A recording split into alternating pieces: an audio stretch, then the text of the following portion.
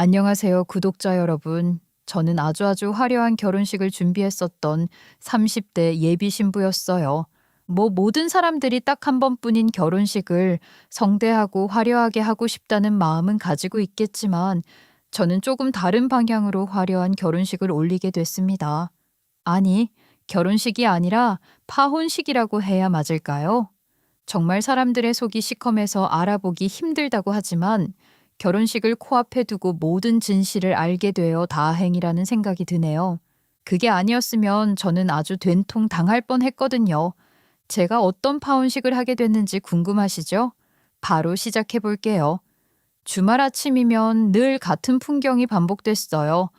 우리 할머니는 새벽같이 일어나 각 방문을 하나씩 열고 다니시며 가족들을 깨우셨죠. 이유는 단 하나였어요. 다들 부지런하게 일어나서 준비를 하고 교회를 가자는 것 때문이었어요. 아실 분들은 다들 아시겠지만 제가 어릴 때는 지금처럼 주 5일제가 당연한 시대가 아니었거든요. 토요일에도 학교를 갔고 어른들은 토요일 오전 근무를 하던 시절이었죠. 그러니 일주일 내내 쌓인 피로를 풀 수 있는 날은 딱 일요일 하루뿐이었어요. 그날만큼은 늦잠도 자고 이불 속에서 뒹굴거리며 아무 생각 없이 쉬고 싶었죠. 그런데 우리 집엔 그런 사치가 허락되지 않았어요. 할머니에게 주일 아침은 쉬는 날이 아니라 하나님께 찬양을 드리고 말씀을 들으러 가야 하는 날이었거든요. 주일에 늦잠 자는 게 어딨어? 그건 죄야, 죄. 아, 할머니, 나 어제 늦게 잤단 말이야. 버뜩 일어나. 교회 갔다 와서 오후에 낮잠 조금 자는 게 훨씬 낫지.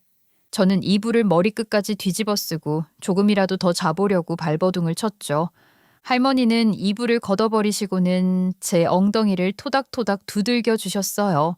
우리 똥강아지 주님께 기도드리면 응답을 받는 법이란다. 그 말이 얼마나 주문처럼 들렸는지 모르겠어요.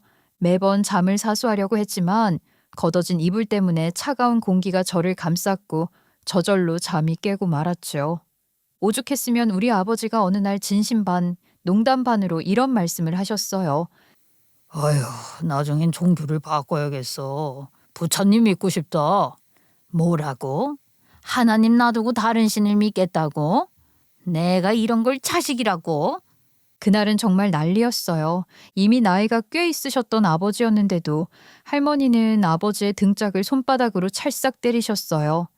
그런 소리 하면 나중에 지옥 가는 법이라고 교회 가서 기도하고 회개하라고 소리를 치셨죠. 아버지는 억울한 얼굴로 저랑 오빠를 한번 보더니 결국 아무 말도 못하고 고개만 숙이셨어요. 그 모습을 보면서 저는 웃음도 나오고 한편으론 좀 안쓰럽기도 했지요. 그나마 할머니랑 엄마는 꽤 잘 맞으셨어요. 엄마는 교회 성가대 봉사를 하고 계셨는데 어릴 때부터 합창단에서 노래 부르는 걸 제일 좋아하셨다고 하더라고요. 나이 먹고 합창단 활동을 하긴 좀 부담스러웠는데 성가대에서 노래를 할 수 있어서 기쁘다고 하셨거든요. 누가 시켜서가 아니라 본인이 원해서 하는 봉사였던 거죠. 할머니와 엄마가 그렇게 손뼉이 딱딱 맞으니 저랑 오빠는 선택권이 있을 리 없었어요. 교회에 늦겠다는 엄마 말에 우리는 반쯤 감긴 눈으로 옷을 주섬주섬 챙겨 입었고 마음은 아직 이불 속에 둔 채 질질 끌려가듯 교회로 향했어요. 솔직히 말하면 그때는 목사님이 무슨 말씀을 하시는지도 잘 모르겠더라고요. 설교 내내 고개를 끄덕이긴 했지만 머릿속에는 점심 메뉴 생각뿐이었죠. 교회에서 주는 밥이 맛있지도 않았어요. 메뉴도 늘 비슷했고요. 도대체 왜 예배를 보고 나서 또 성경 공부를 해야 하는 걸까? 어린 마음엔 그게 참 이해가 안 됐어요. 성경 공부는 진짜 지겨웠거든요. 그래도 따로 반항할 용기도 없어서 그냥 그런가 보다 하고 다녔죠. 어른들이 하라는 대로 시키는 대로 교회 의자에 앉아 찬송가를 부르고 졸음을 참아가며 성경책을 넘기면서요. 그 시절에 저는 일요일 아침이 왜 그렇게 숨 막히게 느껴졌는지 정확한 이유도 몰랐던 것 같아요. 다만 이게 당연한 일이라고 스스로를 설득하며 버티고 있었을 뿐이었지요. 우리 엄마는 교회에서 정말 봉사를 많이 하셨어요. 주일이면 교인들 식사 준비부터 시작해서 설거지까지 끝내고 나와도 얼굴에 피곤한 기색이 잘 없었죠. 평일에도 가만히 계시는 날이 거의 없었어요. 철마다 유자차를 담그고 매실청을 담그고 이거 교회에 가져가야 한다고 하시면서 큰 유리병을 몇 개씩 꺼내 놓으셨죠. 어린이날 교회 행사 준비부터 연말 찬송대회까지 엄마가 빠지는 경우를 저는 거의 본 적이 없었어요. 엄마, 교회에 봉사하는 사람이 엄마밖에 없어? 다른 사람들이랑 일 좀 나눠서 하지. 왜 엄마가 다 맡아서 해? 다른 사람들도 다 자기가 할 수 있는 만큼은 하는 거야. 엄마가 더 시간이 남으니까 많이 하는 거지. 우리 할머니도 마찬가지였어요. 정확히 무슨 직분인지는 잘 모르겠지만 권사님이니 장로님이니 하는 소리를 자주 하셨고 그만큼 교회에서 영향력도 있으셨던 것 같아요. 목사님이 어디 신방을 간다고 하면 늘 같이 따라 나서셨고 집집마다 들어가 기도를 올리셨어요. 저는 그게 신기하기도 하고 한편으로는 조금 숨 막히기도 했죠. 너희 엄마야말로 타고난 복이 있는 사람이야. 교회에서 뭘 하든 사람들이 엄마를 찾는 데는 다 이유가 있는 거야. 하나님의 종으로 살 운명이야, 운명. 종으로 살면 안 좋은 거 아니야? 위에 끼 이놈아. 하나님의 종으로 살고 싶은 사람이 얼마나 많은데. 그 말을 들을 때마다 엄마는 쑥스러운 듯 웃으면서 손사래를 치셨어요. 그런 엄마의 모습을 보면서 저는 이상하게 마음이 불편했어요. 겉으로는 웃고 있었지만 속에서는 뭔가가 계속 걸렸거든요. 하나님의 종으로 사는 삶이 과연 좋은 삶일까? 어린 나이였지만 그런 근본적인 의문이 제 안에서 조용히 자라기 시작했어요. 누군가에게는 축복일 수 있는 말이 저한테는 꼭 족쇄처럼 들렸거든요. 고등학교 2학년이 될 때까지도 일요일 아침에 일어나 교회에 가는 건 당연한 일이었어요. 싫다, 좋다를 따질 여지도 없이 그냥 해야 하는 일이었죠. 그런데 우리 할머니가 병으로 돌아가신 뒤부터는 조금씩 분위기가 달라졌어요. 엄마는 할머니처럼 종교를 강요하는 분은 아니셨어요. 가기 싫으면 안 가도 돼. 진짜? 나 그럼 더 자도 돼? 그 말을 처음 들었을 때 저는 속으로 정말 놀랐어요. 그제야 비로소 주말이 쉴 수 있는 날처럼 느껴지기 시작했죠. 물론 완전히 자유로워진 건 아니었어요. 식사 전에 기도는 여전히 했고 크리스마스나 부활절 같은 날에는 꼭 교회에 가야 했어요. 이런 날만큼은 얼굴 비춰야지. 엄마는 그렇게 말씀하셨지요. 부활절이 되면 저는 엄마를 따라 계란 삶는 봉사를 해야 했어요. 큰 냄비에서 계란을 건져내며 계란 삶다가 비린내에 기절하겠다고 혼잣말을 하면 엄마가 웃으면서 봉사라고 생각하라고 말을 했어요. 크리스마스에는 교회 찬송에 참여해야 했는데 솔직히 그건 꽤 부담스러웠어요. 노래를 좋아하는 엄마와 달리 저는 그냥 서 있는 것만으로도 어색했거든요. 매주 교회를 가지 않아도 된다는 건 분명 좋은 일이었어요. 숨통이 트인 느낌이랄까요. 하지만 빨간 날마다 여전히 교회 행사에 참여해야 하는 건 여전히 조금 귀찮고 번거로운 일이긴 했어요. 하지만 이런 저에게도 그 귀찮음이 전혀 다른 의미로 바뀌게 된 계기가 있었어요. 지금 생각해도 참 어이없고 웃기지만 그 계기는 다름 아닌 엄마를 따라 정말 오랜만에 간 교회에서 보게 된 청년 특송이었죠. 그날도 사실 별 기대 없이 갔어요. 가봤자 또 똑같겠지 이런 마음이었는데 막상 교회에 들어가 보니 예전이랑 분위기가 너무 다른 거예요. 제가 기억하던 교회는 피아노 반주에 맞춰 고요하게 찬송가를 부르던 곳이었거든요. 숨소리조차 조심해야 할 것 같은, 괜히 자세도 바르게 해야 할 것 같은 그런 분위기 말이에요. 그런데 청년부 예배는 아예 달랐어요. 오늘은 찬양 예배로 드리겠습니다 라는 말이 나오자마자 기타의 베이스에 드럼까지 세팅이 되어 있더라고요. 교회라기보다는 제가 좋아하는 홍대 공연장 스타일이었다고나 할까요? 여기가 교회야 홍대야 순간 그런 생각이 들 정도였지요. 거의 찬양 집회 같은 느낌이었어요. 음악도 신났고 사람들 표정도 훨씬 자유로워 보였어요. 그런데 운명이라는 것은 거기서 시작됐어요. 드럼 앞에 앉아있던 사람이 눈에 들어온 순간이었지요. 정말 너무너무 잘생긴 거예요. 이건 과장이 아니라 진짜로요. 물론 교회를 그런 불순한 생각을 가지고 가면 안 된다는 건 저도 잘 알고 있었어요. 머리로는 알고 있었죠. 그런데 사람이 사람에게 반하는데 걸리는 시간이 딱 3초라잖아요. 저는 그날 그 3초를 정확히 채우지도 못하고 그냥 그대로 뿅 가버렸어요. 나중에 알게 된 이야기인데 그 남자는 비교적 최근에 교회에 다니기 시작한 사람이었대요. 원래는 홍대에서 밴드 활동을 하면서 드럼을 쳤던 사람이라고 했어요. 지금은 찬양 봉사로 드럼을 맡고 있다고 하더라고요. 홍대 밴드라는 그 말을 듣는 순간 제 눈이 반짝이었죠. 이건 신앙을 넘어서 거의 팬심이 생기는 순간이었어요. 학생 때 아이돌 좋아하던 마음이 다시 살아난 느낌이랄까요. 저도 모르게 졸졸 따라다니게 되더라고요. 물론 티 안 나게요. 나름 최대한 조심하면서요. 웃긴 건 엄마가 그렇게 가자고 졸라도 꿈쩍도 안 하던 교회를 제가 먼저 준비해서 나가게 됐다는 거예요. 엄마, 나 내일 교회 갈 건데 아침에 좀 깨워줘. 못 일어날 것 같아서. 어딜 간다고? 교회 간다니까? 꼭 깨워야 돼? 네가 교회를? 왜? 왜가 어딨어. 교회 가고 싶으니까 가는 거지. 도대체 무슨 바람이 불어서 그래? 나도 사회생활 하다 보니까 신앙이 좀 필요할 것 같아서. 지금 생각하면 참 웃긴 변명이었지만 엄마는 그 말을 듣고 고개를 끄덕이셨어요.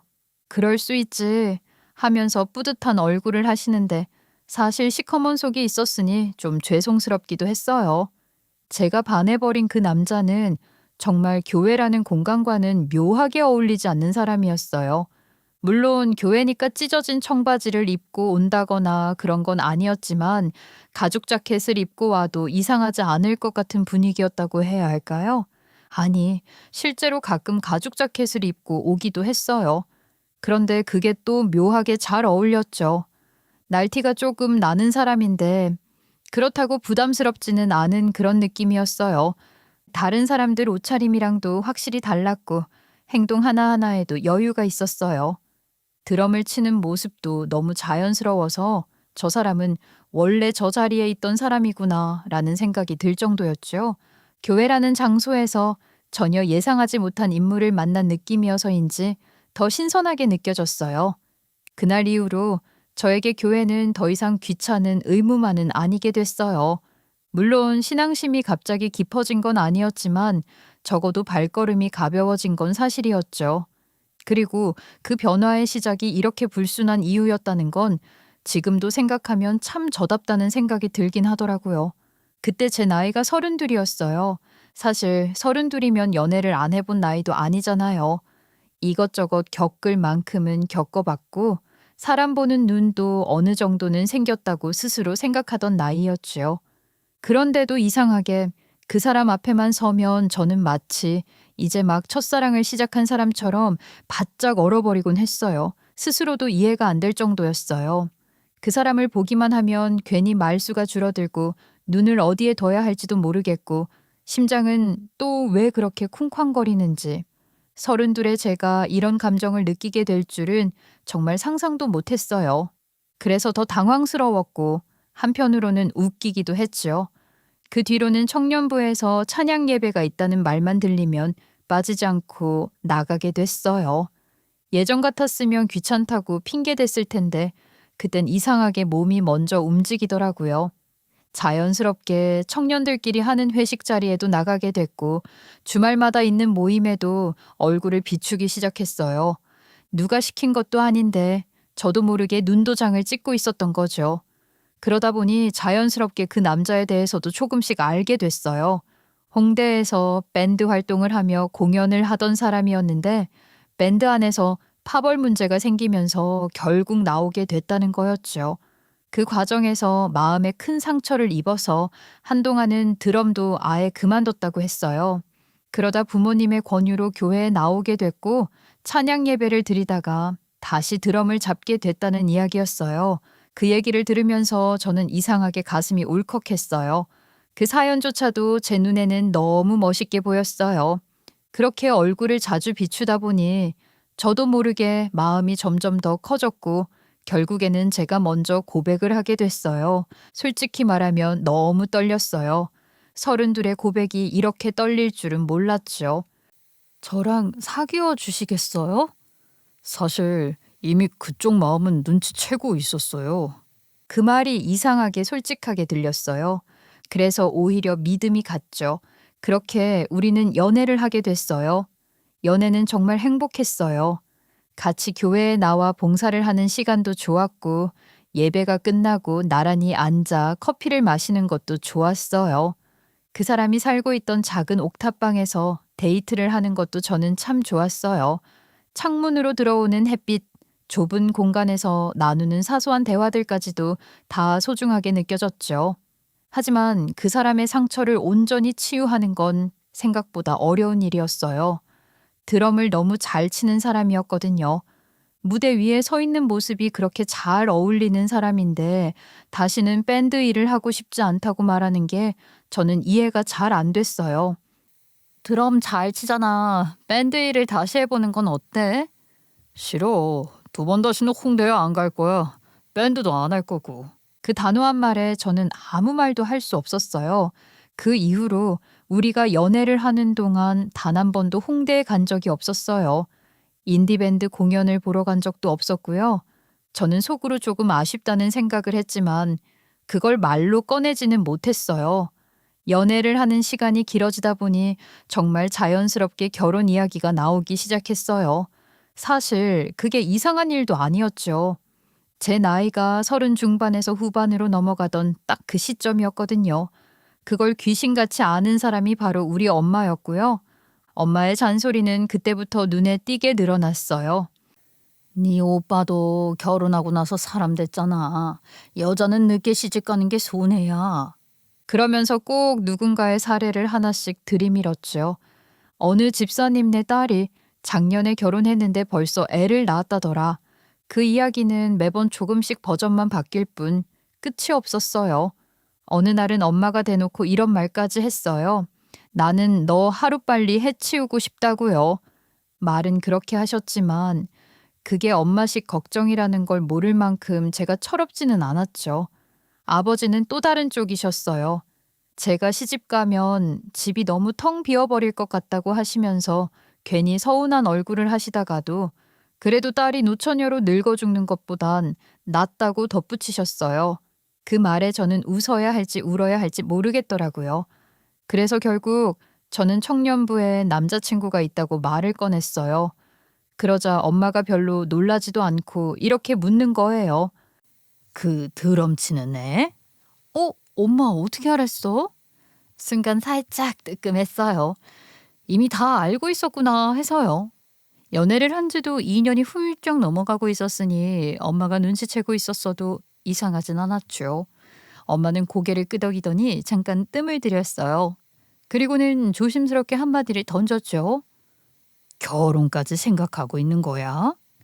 아무래도 연애를 한 지도 시간이 좀 흘렀고 우리도 나이가 있으니까. 그래? 엄마는 걔 그냥 그렇던데. 엄마 사람을 제대로 만나서 대화를 나눠본 것도 아니면서 왜 그런 소리를 하고 그래? 저는 순간 엄마의 미묘한 표정을 보면서 발끈해서 소리를 치고 말았죠. 보통 같으면 실수했다고 정정을 하실 엄마가 그날만큼은 저를 똑바로 보면서 이야기를 하셨어요. 적어도 집안이 어느 정도는 비슷해야지. 걔네 집은 너무 기울지 않았냐? 무슨 옥탑방에 산다고 들은 것 같은데. 엄마도 참 그런 걸로 반대를 하고 그래? 그 사람 원래는 잘 나가던 홍대 밴드에서 드럼 치던 사람이었어. 뭐 밴드 운영하면서 파벌 싸움에 밀려서 지금 옥탑방에서 지내는 거지? 집안이 어떤지는 나도 잘 몰라. 말을 하면서도 제 스스로가 조금 초라해지는 느낌이 들었어요. 그래도 그때 저는 그 사람을 감싸고 싶다는 마음이 더 컸거든요. 하지만 결혼이라는 중대한 문제가 엮인 것이다 보니까 엄마도 쉽게 제 마음을 이해해 주려 들지 않았어요. 엄마들 사이에 도는 소문이라는 게 말이야. 그게 괜히 도는 게 아니야. 소문? 무슨 소문? 그러면서 이런 이야기를 해주셨어요. 제가 예비 신랑이랑 연애를 하고 있다는 소문이 돌았을 때 엄마가 아는 집사님이 슬쩍 귀뜸을 해줬다는 거예요. 그 집 형편이 무척이나 어렵다고 말입니다. 엄마는 네가 사회생활도 일찍 시작했고 세상 돌아가는 것도 아니깐 적당히 만나다가 아니다 싶으면 정리할 줄 알았어. 그 말이 제 가슴을 콕 찔렀어요. 적당히 만나다가라는 그 표현이 너무 차갑게 느껴졌거든요. 저는 한동안 아무 말도 하지 못했어요. 엄마 말이 틀렸다고 확신할 수도 없었고 그렇다고 맞다고 인정하고 싶지도 않았죠.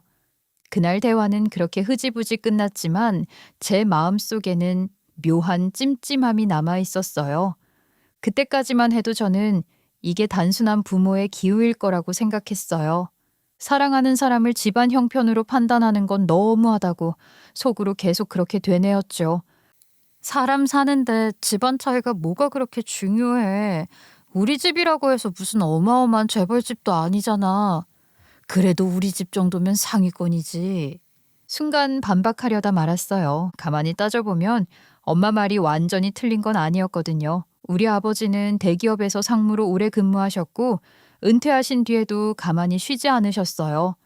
개인 사업을 시작하셨는데 예전에 몸담았던 회사와 인연이 남아있어서 대기업 하청으로 꾸준히 발주를 받으셨죠.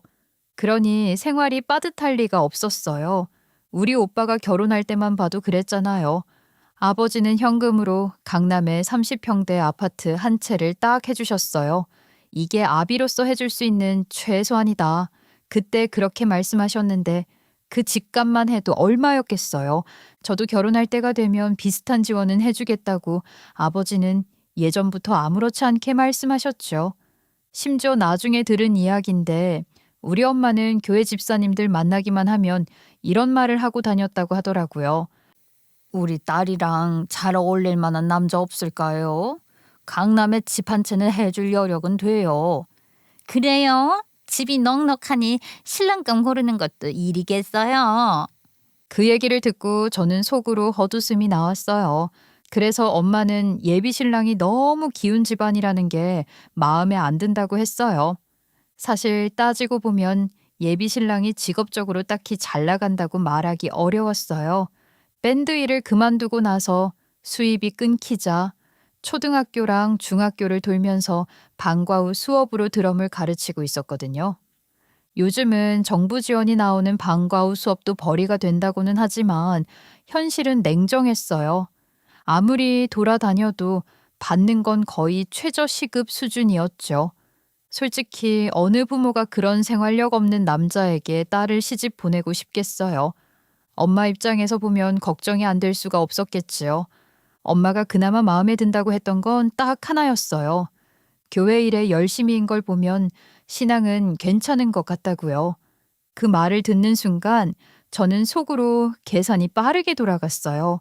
그래서 아예 그쪽으로 밀고 나가기로 했어요. 우리는 결혼도 교회에서 할 거야. 결혼하고 나서도 계속 봉사하면서 하나님의 자녀를 살 생각이야. 지금 생각하면 말이 참 거창했지만 그때는 정말 진지했어요. 말 그대로 입이 닳도록 그 이야기를 했죠. 엄마는 처음엔 못 믿었다는 표정이지만 계속 같은 이야기를 하다 보니 조금씩 누그러지는 게 보였어요. 결국 며칠 동안 엄마를 설득한 끝에 인사라도 한번 하자고 말이 나왔죠. 그렇게 해서 예비 신랑이 우리 집에 인사를 오게 됐어요. 예비 신랑은 우리 집 거실에 앉아서 꽤 진지한 얼굴로 말을 꺼냈어요. 저는 잘난 것도 없고 가진 것도 많지 않습니다. 그래도 저희 두 사람 하나님을 섬기면서 신앙으로 모든 걸 극복해 나가고 싶습니다. 둘이 좋다는데 어쩌겠어. 그날 저는 속으로 정말 많이 울컥했어요. 이게 다 맞는 선택인지 나중에 후회하지는 않을지에 대한 두려움도 분명 있었지만 그때 저는 믿고 싶었어요. 신앙이든 사랑이든 우리가 함께라면 다 극복할 수 있을 거라고요. 그렇게 저는 결혼이라는 다음 단계로 아주 조심스럽게 발을 내딛고 있었어요. 예비 시댁에 인사를 드리러 갔을 때는 우리 집에 인사 갔을 때랑 분위기가 확실히 달랐어요. 겉으로 보기엔 반갑게 맞아주는 느낌이긴 했는데 이상하게도 그 반가움 속에 묘하게 저를 훑어보는 시선이 섞여 있는 것 같았거든요. 말로 설명하긴 어려운데 그냥 보고 있다가 아니라 재고 있다는 느낌이랄까요. 차를 마시며 이런저런 이야기를 나누던 중에 예비 시어머니가 제게 물으셨어요. 이름이 뭐라고 했지?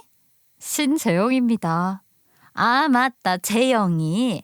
몇 월 며칠 몇 시에 태어났어요? 띠는 무슨 띠고요? 혹시 사주라도 보시려고요? 그 응합은 당연히 봐야지. 요즘 그런 거 안 보고 결혼하는 사람이 있어? 그 말을 듣는 순간 머릿속에 물음표가 몇 개나 뜨는지 모르겠더라고요. 이 집 교회 다니는 거 아니었나? 괜히 제가 더 혼란스러워졌죠. 그때 옆에서 가만히 있던 예비 시누이가 갑자기 끼어들었어요. 언니, 이름이 신재영이에요? 네, 왜요? 아니, 우리 이모네 집 아들이랑 이름이 똑같네. 한자도 똑같은 거 아니에요? 기용이가 이번에 이름이 안 맞는다고 신재영으로 개명했지? 그 말을 너무 아무렇지 않게 하시는데 저는 속으로 점점 더 당황하고 있었어요. 저희 집은 교회를 다니기 때문에 오늘의 운세 같은 것도 믿지 않았거든요. 시댁에 이런 분위기가 도저히 적응이 안 됐어요. 이름 이야기에서 사주 이야기로 다시 계명 이야기까지 흘러가는데 저는 그냥 멀뚱멀뚱 앉아있을 수밖에 없었죠. 아이 참 그만 좀 해. 우리 교회에서 결혼할 거고 교회에서 만났잖아. 사주팔자 이야기 좀 그만하지. 아니, 뭐 어떠냐? 알았어. 불편하면 그만할게. 그제야 사준이 팔자니 하는 이야기가 멈췄어요. 저는 그 순간 확신했죠. 우리 엄마가 이 분위기 알면 절대 좋아하지 않을 거라는 걸요. 아무튼 그렇게 어색한 인사를 마치고 양가에 모두 인사를 드린 뒤에는 식장도 예약하고 본격적으로 결혼 준비에 들어갔어요. 정신없이 준비하다 보니 어느새 양가 상견례 날짜도 잡히게 됐죠. 상견례 자리에서도 긴장은 여전했어요. 그런데 진짜 문제는 그 다음이었어요. 식사도 거의 끝나갈 즈음 예비 시어머니가 갑자기 우리 부모님을 보시고 이렇게 말씀하시는 거예요. 제가 우리 아들한테 듣기로는요. 결혼하면 강남에 집을 한 채 해주신다고 하셨다던데요. 그럼 집 계약은 언제 하나요? 네?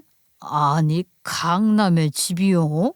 그 순간 시간이 멈춘 것 같았어요. 우리 부모님은 동시에 눈을 동그랗게 뜨고 저를 보셨어요. 말 그대로 동공지진이었죠. 저도 너무 당황해서 아무 말도 못했어요. 왜냐하면 그 이야기는 엄마가 교회 집사님들이랑 저한테만 했던 말이었거든요. 저는 그걸 예비 신랑에게 한 번도 말한 적이 없었어요. 분위기가 싸해지자 예비 신랑이 먼저 반응했어요. 엄마, 왜 그런 이야기를 여기서 꺼내고 그래? 그런가? 제가 실수를 좀 했나 봅니다. 예비 시어머니는 예비 신랑의 굳은 얼굴을 보면서 어색하게 웃으며 넘어가려고 하셨어요. 하지만 저는 그 웃음이 전혀 웃기지 않았어요. 상견례가 끝나고 집으로 돌아오는 길에 저는 결국 예비 신랑에게 따져 물었어요. 아까 그게 무슨 소리냐고요. 강남의 집은 이야기를 한 적도 없는데 갑자기 어디서 튀어나온 거냐고요. 아니, 그게 의미 전달이 잘못됐나 봐. 예전에 그냥 지나가듯이 형님이 강남 아파트 받았다는 얘기를 들었거든. 그래서 우리도 해주시려나 보다 그렇게 생각했지. 그게 끝이야? 예비 신랑은 고개를 끄덕였어요. 그 말을 듣는 순간 머릿속이 복잡해졌어요. 생각했지라는 말이 왜 그렇게 가볍게 들리던지요. 저는 아무 말도 하지 않았지만 마음 한구석이 서서히 서늘해지는 걸 느꼈어요. 그날 이후로 결혼 준비라는 게 마냥 설레는 일만은 아니라는 걸 저는 조금씩 실감하기 시작했어요. 그때만 해도 저는 그 일이 그냥 상견례 자리에서 있었던 작은 해프닝 정도로 넘어갈 줄 알았어요. 그런데 엄마는 달랐어요. 며칠이 지나도 계속 그 이야기를 곱씹으시더니 결국 저한테 이렇게 말씀하셨어요. 상견례 자리에서 왜 갑자기 그런 말을 하고 그런다니? 오해가 좀 있었나 봐. 오빠가 집 받은 건 사실이잖아. 아무리 생각해도 좀 이상해. 강남에 집 해준다는 건 다시 생각해봐야겠다. 그 말을 듣는 순간 솔직히 마음이 확 상했어요. 오빠한테는 해주고 왜 나는 안 해주지? 이 생각이 제일 먼저 들더라고요. 강남의 집 한 채가 한두 푼도 아니잖아요. 그렇다고 우리 집이 못 해줄 형편도 아니었고요. 그래서 더 서운했어요. 그런데 그 타이밍이 정말 절묘하게도 예비 신랑한테서 메시지가 왔어요. 근데 우리 집은 어떻게 구할까 하고요. 그 문장을 보는 순간 진짜 속이 터지는 줄 알았어요. 예비 시어머니가 그날 상견례 자리에서 그런 말만 안 했어도 강남 아파트 한 채는 무난하게 갈 수 있었을지도 모르잖아요. 그 입방정 하나 때문에 모든 게 물거품이 된 기분이었죠. 그렇다고 그걸 대놓고 탓할 수도 없잖아요. 집은 우리끼리 대출받아서 알아봐야 하지 않을까 하고 답장을 했더니만 그러자 한참 동안 말없더니 조금 뒤에 이런 메시지가 오더라고요. 우리가 대출이 나올까? 초과해서 조금 도와주시진 않을까? 그 문장을 읽고 저는 그냥 답장을 안 했어요. 뭐라고 말을 해야 할지 모르겠더라고요. 하루 종일 그 생각 때문에 머리가 복잡했어요. 식장도 다 잡아놨고 결혼식 날짜도 얼마 안 남았는데 이제 와서 집 문제로 이렇게 꼬일 줄은 몰랐거든요.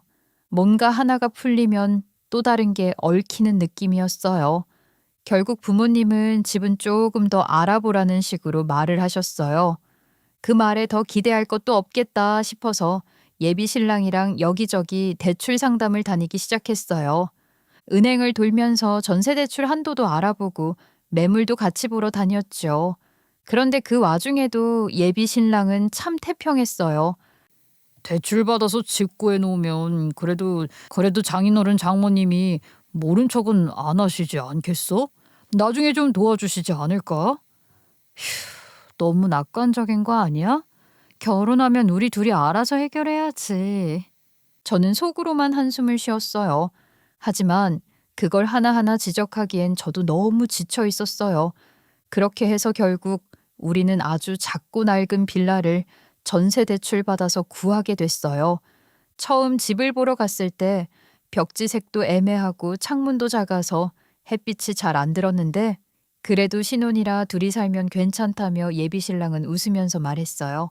혼수 준비도 만만치 않았어요. 예비 시댁에서 하나부터 10까지 간섭을 해왔거든요. 그런데 결혼식을 딱 사흘 앞둔 어느 날 일이 터졌어요. 갑자기 휴대폰 메신저 알림이 쉴 새 없이 울리기 시작한 거예요. 처음엔 단체 초대 알림인 줄도 몰랐어요. 그런데 보니까 무려 18명이 초대된 단톡방이었어요. 방에 들어가 보니 이미 메시지가 한참 쌓여 있었어요. 그리고 그 방에 있는 사람들 대부분이 시댁 식구들이었어요. 얼굴을 본 적 있는 사람도 있었고 이름조차 처음 보는 사람들도 꽤 있었죠. 이게 뭐지 하는 신기한 마음으로 대화를 훑어보는데 내용이 심상치 않았어요. 친척 중 한 명이 이렇게 말을 올려놨더라고요. 며느리네가 어마어마한 부자라며 아니 어떻게 그런 사람을 휘어잡았어? 단톡방에 올라온 대화는 정말 믿기 힘들 정도였어요. 읽으면서도 이게 현실인지 아니면 누가 소설을 써놓은 건지 헷갈릴 정도였죠. 우리 아들이 인물 하나는 기가 막히잖아. 교회에 보통 멍청하고 참한 애들이 많다길래 우리 아들 보고 교회 좀 나가보라고 했더니 딱 그런 애를 골라왔지 뭐야. 집안도 괜찮더라고. 아니 그 집 아들이 하나 있는데 강남에 글쎄 10억대 아파트를 해줬다는 거야. 우리 아들한테도 해주지 않겠어? 여기까지 읽으면서도 저는 계속 스스로에게 말했어요. 설마 아닐 거야. 그런데 다음 메시지가 올라오는 걸 보는 순간 그 기대는 완전히 무너졌어요. 아이고 우리 형님 며느리 잘 봐서 아주 호강을 하겠네. 며느리는 무슨 개 생긴 게 우리 아들이랑 어울리기나 해. 딱 돈만 뜯어내고 버릴 거야. 아니 그게 무슨 소리야. 결혼식까지 시키면서 돈만 뜯어내고 버리겠다고? 그래 우리 아들이 말이야. 원래 그 교회에 드럼 반주해주고 돈 받기로 하고 나간 거였거든. 근데 그 교회 집사들끼리 이야기하는 걸 들었다는 거야. 며느리 될 애네 엄마가 사위감 찾는다면서 강남에 아파트도 한 채 해주겠다고 했다더라. 그 순간 숨이 막혀서 핸드폰을 잠깐 내려놓았어요. 손바닥이 식은땀으로 축축해졌고 귀에서는 웅 하는 소리만 들렸어요. 그 말 듣고 우리 아들이 그 교회 나가기 시작한 거잖아. 며느리 찾아내려고. 대박이다. 대박이야. 그 며느리년한테 딱 10억만 뜯어내고 버려야지. 그 10억이면 우리 아들이 음반 사기 당한 값도 물어내고 다시 밴드 활동도 할 수 있다니까. 눈앞이 핑 돌았어요. 손에 들고 있던 핸드폰이 미끄러질 뻔했죠. 이게 지금 무슨 대화야? 머릿속에서 질문만 계속 맴돌았어요. 그런데 그때 정말 최악의 메시지가 하나 올라왔어요. 예비 신랑이었죠. 엄마가 입방정만 안 떨었어도 식 올리기 전에 아파트 값만 꿀꺽하고 칠 수 있었는데 엄마 때문에 손해본 게 얼만 줄 알아? 성공하면 자기 몫으로 1억 떼주는 거 까먹지 말고. 그때 저는 정말로 이 사람들이 무슨 말을 하고 있는 건지 도저히 이해가 안 됐어요. 너무 비현실적이라서 차라리 제가 잘못 보고 있는 게 아닐까 싶을 정도였죠. 그 와중에 갑자기 이런 생각이 들더라고요. 근데 왜 저를 이 단톡방에 초대한 거지? 싶었거든요. 정말로 저를 상대로 사기를 칠 생각이었다면 이런 작당 모의가 오가는 단톡방의 당사자인 저를 초대하면 안 되는 거 아니에요? 그 순간 머릿속에서 퍼즐이 맞춰지는 느낌이 들었어요. 예비 시누이가 했던 말이 떠올랐거든요. 신재영? 이모네 집 아들이랑 이름이 똑같네. 한자도 똑같은 거 아니야? 했던 말이요. 그리고 예비 시어머니가 아무렇지 않게 말했던 그 말. 기용이가 이번에 이름이 안 맞는다고 신재영으로 개명했지? 그 말까지요. 그제야 확실히 알겠더라고요. 이 사람들 저를 조카랑 헷갈린 거였어요. 그래서 저를 단톡방에 초대한 거였죠. 진짜 신재영. 그러니까 그 집 조카를 초대한 줄 알고요. 그 사실을 깨닫는 순간 온몸이 서늘해졌어요. 말을 하면 들킬 것 같았고 들키는 순간 무슨 일이 벌어질지 상상도 하기 싫었어요. 그래서 저는 아무 말도 하지 않았어요. 이모티콘 하나도 보내지 않고 봤다는 표시조차 남기지 않은 채 그냥 가만히 있었어요. 신기하게도 제가 아무 반응을 안 하니까 정말 조카 신재영인 줄 알고 아무도 의심하지 않더라고요. 그 단톡방에서 저는 투명 인간처럼 그들의 진짜 얼굴을 숨죽여 지켜보고 있었어요.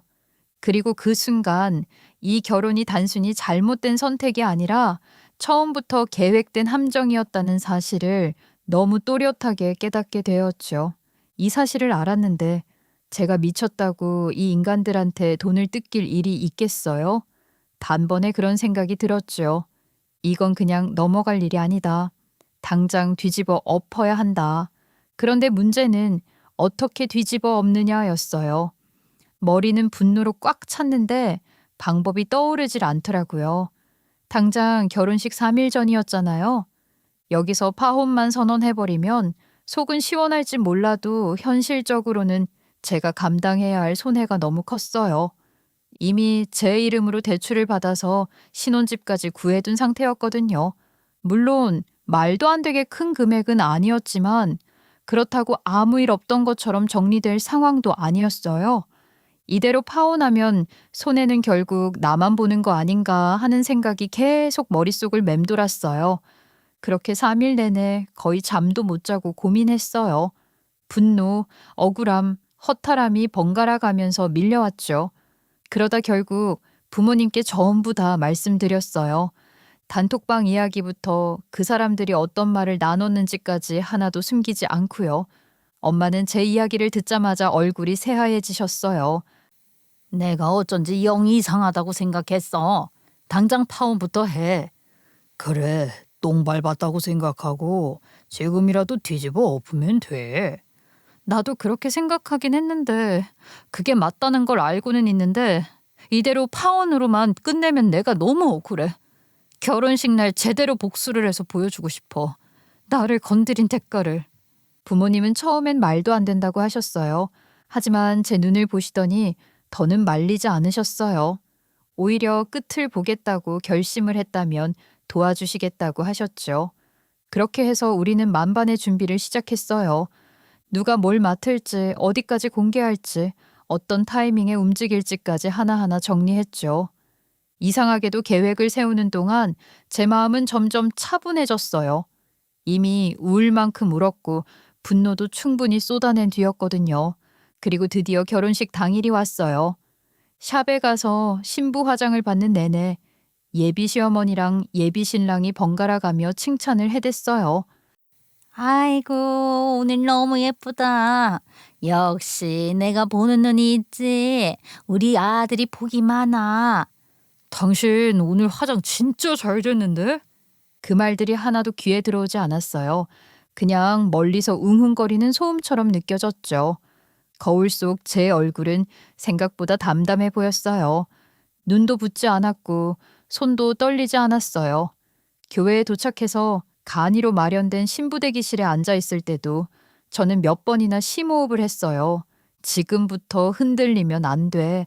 스스로에게 계속 그렇게 말했죠. 그리고 식이 시작됐어요. 원래 계획대로라면 저는 아버지의 손을 잡고 입장을 했어야 했죠. 하지만 저는 그 순간 혼자서 문을 열고 당당하게 걸어 들어갔어요. 예비 신랑의 얼굴이 순식간에 굳어지는 게 보였어요. 당황한 표정으로 제 손을 잡더니 작은 목소리로 물었어요. 아버님은? 그러면서 혼주석을 힐끗 보는데 거기엔 우리 엄마도 아버지도 오빠도 아무도 없었어요. 그제야 예비 신랑의 눈이 휘둥그레졌어요. 말을 잇지도 못하더라고요. 저는 그 모습을 보면서 아주 환하게 웃었어요. 그리고 예비 신랑의 손을 툭 뿌리치고 앞에 있는 단상으로 올라갔어요. 그는 눈으로 계속 저를 향해 신호를 보냈어요. 지금 뭐 하는 거냐? 내려와라. 그런 눈빛이었죠. 하지만 저는 그 시선을 무시하고 주례를 위해 준비돼 있던 마이크를 잡았어요. 순간 교회 안이 조용해졌어요. 하객들의 시선이 전부 저에게 쏠렸죠. 저는 아주 또렷하게 그리고 차분하게 말했어요. 오늘 이 자리를 빛내러 와주신 하객 여러분께 정말 감사합니다.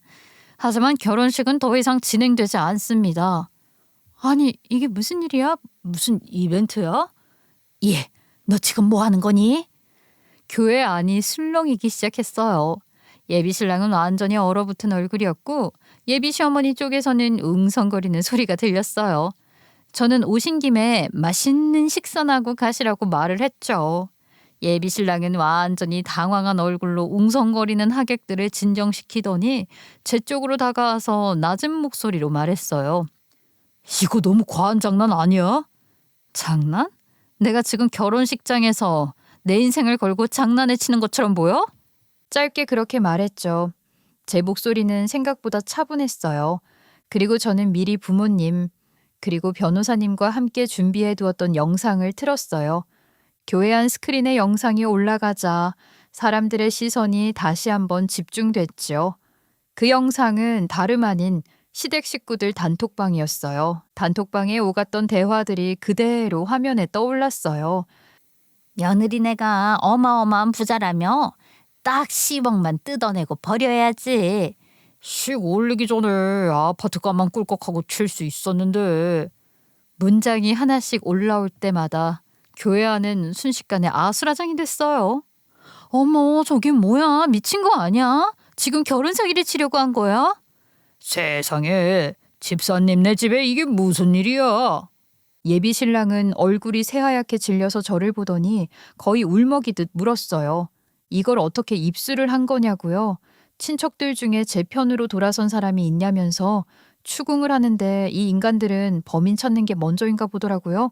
저는 담담하게 말을 했죠. 네 사촌인 신재영을 초대한다는 걸 나를 초대했더라고요.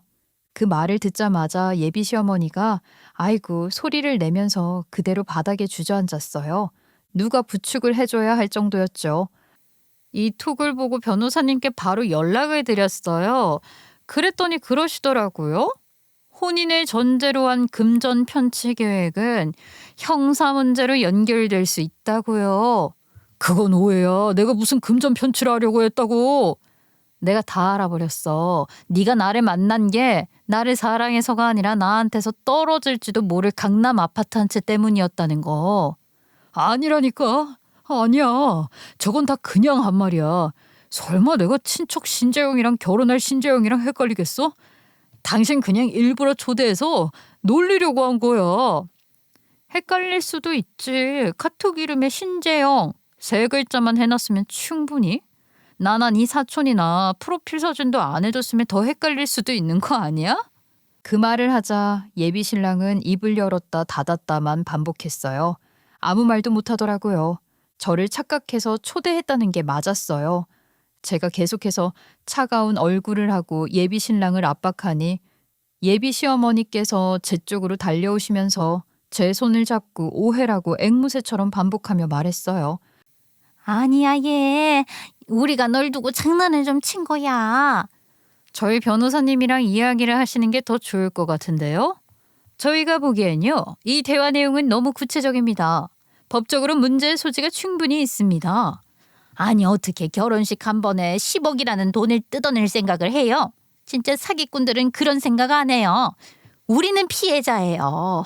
우리 아들 결혼식 날 이게 무슨 꼴이람? 동네 창피하게. 이 결혼식 망친 값 당신이 다 물어내게 될 거예요. 그 말을 듣는 순간 저는 오히려 마음이 더 차분해졌어요. 이 인간들 반성의 기미가 전혀 보이지 않았으니까요. 하객 여러분, 다시 한번 말씀드립니다. 결혼식은 더 이상 진행되지 않을 겁니다. 그리고 이 영상과 자료들은 수사기관에도 그대로 제출될 예정이에요. 정말 끝까지 이럴 거야? 그제야 예비 신랑의 얼굴에서 완전히 핏기가 사라지는 게 보였어요. 그 순간 저는 확신했어요. 이건 단순한 파혼이 아니라 제 인생을 노렸던 사람들에 대한 정당한 반격이라는 걸요. 적반하장도 유분수지. 애초에 나를 속이고 접근한 사람이 누구인데 지금 누구한테 큰 소리야? 속이긴 누가 널 속였다고 그래. 자꾸 사기꾼 취급할래? 나는 네가 빚이 그렇게 많은지도 몰랐어. 왜? 내가 웨딩드레스까지 입고 그것도 교회에서 교회 사람들의 내 지인들 당신 지인들 다 불러놓고 이런 말을 해야 하는지 나도 모르겠어. 근데 도저히 참을 수가 없더라. 나 혼자만 바보 되는 건 싫어서 쪽팔림이라도 제대로 주고 싶었어. 당신한테 3억 가까운 빚이 있다는 사실 이번에 조사하면서 처음 알았고. 뭐라고? 너 지금 내 뒷조사를 했다는 거야? 그거 불법이야 불법. 목소리를 키우면서 오히려 저를 몰아붙이더라고요. 그 순간 저는 이상할 정도로 차분했어요. 이미 마음속에서는 다 정리가 끝난 뒤였거든요. 그래서 변호사님을 한번 보곤 다시 예비 신랑이 향해 말했어요. 나랑 변호사랑 같이 형사고소하려고 알아보던 중에 알게 된 거야. 이미 걸려있는 고소건이 있더라. 그건... 그 말에 예비 신랑의 얼굴이 순식간에 굳어버렸어요. 그제야 사람들 웅성거림이 더 커졌죠. 변호사님이 대신 정리를 해주셨어요. 예비 신랑은 인디밴드 활동을 하던 시절 같이 밴드 일을 하던 동료들에게 앨범 낼 기회가 생겼다, 제작비가 필요하다, 이런 말로 돈을 거뒀다는 거였어요. 그 과정에서 동료들 명의로 대출까지 받게 해서 돈을 끌어모았고 정작 그 돈은 사행성 게임으로 전부 날려버린 뒤 도망을 갔다는 거였죠. 그래서 이미 그 동료들한테 사기로 고발당한 상태였고요. 그 이후로는 제대로 된 곳에 취직도 못하고 숨어 지내듯 살다가 어디 간간히 알바라도 할 곳이 없나 찾던 중에 교회에서 밴드 반주 알바를 구한다는 걸 알고 들어온 거였어요. 그리고 거기서 우리 엄마가 교회 사람들에게 사윗감 찾고 있다, 강남에 집 한 채 해줄 여력 있다, 이런 말을 하고 다녔다는 소문을 들은 거죠. 그 순간부터 목적이 바뀐 거예요. 교회에 아르바이트를 하러 온 게 아니라 저를 찾으러 나오게 된 겁니다. 그때 당시만 해도 제가 교회를 꾸준히 나가던 시기가 아니라서 예비 신랑은 계속 교회를 나오면서 저를 찾았고, 그러다 우연히 찬양 예배에 참석을 한 제가 먼저 예비 신랑에게 반하게 되면서 일이 여기까지 굴러온 거였어요. 제가 좋아하게 된 것도, 제가 먼저 고백한 것도 겉으로 보면 전부 우연 같았겠지만 지금 와서 보니 그 우연 위에 눈에 보이지 않는 계산들이 차곡차곡 쌓여 있었던 거죠. 우연히 만든 건지 필연이 만든 건지 모르겠지만 사건이 꼬이기 시작하니까 정말 수도 없이 꼬이더라고요. 이 결혼은 무효야. 당신네들이 사기꾼인 걸 이제야 알았고 나도 혼인빙자 사기로 갈 거야. 아직 돈을 가져간 것도 아닌데 어떻게 혼인빙자 사기가 되냐? 길고 짧은 건 돼봐야 알겠죠? 그때 우리 아버지가 연결해 주신 변호사님이 앞으로 나와서 차분하게 하지만 아주 또렷하게 말을 시작했어요. 목소리는 낮았는데 한마디 한마디가 또렷이 꽂혔죠. 지금 이 단톡방 내용만 보더라도 혼인을 전제로 한 작당 모의가 있었다는 사실은 명확합니다. 이미 신혼집을 구하기 위해 피해자 명의로 대출을 받은 점, 그리고 전세 계약은 공동 명의로 진행된 점을 종합하면 금전 편취 계획으로 볼 여지가 충분합니다. 대출은 피해자 명의였지만 전세 계약은 공동 명의 아닙니까? 금전이 어떻게 흘러갔는지 그 루트 전부를 추적해서 고소할 예정입니다. 세상에. 그 말은 사실 어느 정도는 협박성 발언이기도 했어요. 지금이라도 잘못을 인정하고 제가 손해본 금액만큼이라도 합의하면 이 자리에서 정리해 줄 수 있다는 뜻이었죠. 저는 그 말의 의미를 정확히 이해하고 있었어요. 그래서 숨을 고르고 그들의 반응을 지켜봤어요. 그런데도 그들은 정말로 조금 더 뻔뻔했어요. 아니, 그 정도 돈은 댁내가 그냥 넘길 수 있는 거 아니에요? 우리는 돈이 없어서 갚아줄 수도 없어요. 그 말을 듣는 순간 가슴이 쿵 내려앉았어요. 분노보다도 허탈함이 먼저 밀려왔죠. 그래서 저는 다시 마이크를 잡았어요. 손이 조금 떨리긴 했지만 목소리는 최대한 차분하게 유지했어요. 결혼식은 이대로 끝이라고요. 그리고 고소는 다음 주부터 줄줄이 시작될 거라고 선포했지요. 교회 안이 다시 한번 술렁였어요. 사람 본성 안 변해. 저 드럼치던 애 말이야. 예전에 청년부 누구한테 돈 빌렸다고 하지 않았었어? 맞아. 소액이라서 그냥 넘어갔었는데 어머. 소란은 저희 측에서만 일어난 게 아니었어요.